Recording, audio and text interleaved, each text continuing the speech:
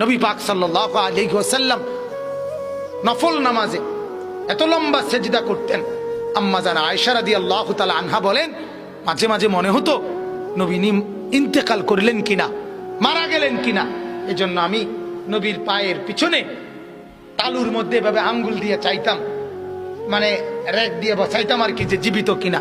এত লম্বা সেজদা দিতেন।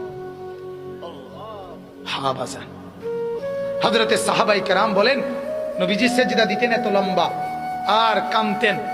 আহ নাসমাউ লাহু আজিরান কা আজিরিল মিরজাল। সাহাবীরা বলেন চুলার মধ্যে, ডেকচির মধ্যে পানি বসাইলে পানি যখন উতরাইয়া ডকডক করে, গরম পানি ডকডক করে না, এরকম ডকবগে আওয়াজ যেভাবে করে, আল্লাহর নবীর কলিজার কলবের ভিতর থেকে আমরা কান্নার এরকম ডকডগে আওয়াজ শুনতাম।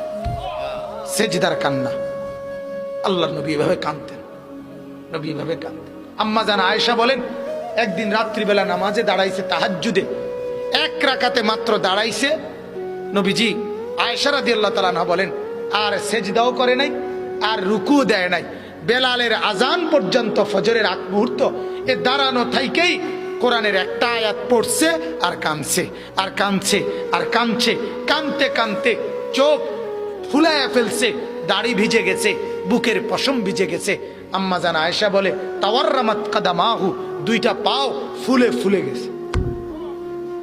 এরপরে আরো আশ্চর্য কথা শুনেন।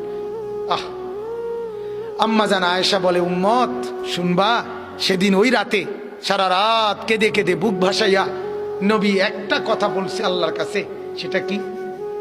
তো আয়েশা রাদিয়াল্লাহু তাআলা আনহা বলেন সেটা শুধুই কেবল এই উম্মতের জন্য নবী কাঁদছে। ইন তুআযিবহুম ফাইন্নাহুম ইবাদুক ওয়া ইন তাগফির লাহুম ফাইন্নাকা আনতাল আজিজুল হাকীম। এটা কোরআনের আয়াত। আল্লাহর নবী একদূর সারা রাত পড়ছে, আল্লাহরে বলছে মাওলা আমার উম্মত আপনি যদি গুনার কারণে আযাব দেন আপনি দিতে পারবেন, আপনার আমি বলার কিছু নাই, আপনার বান্দা, আপনি চাইলে যা ইচ্ছা তাই করতে পারেন, আযাব তো দিতে পারেন মাওলা।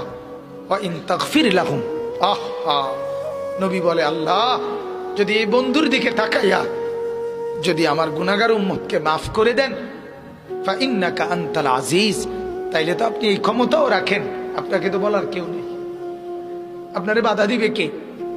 আপনারে নিষেধ করবে কে? বন্ধুর দিকে তাকাইয়া দেন না মাফ করে।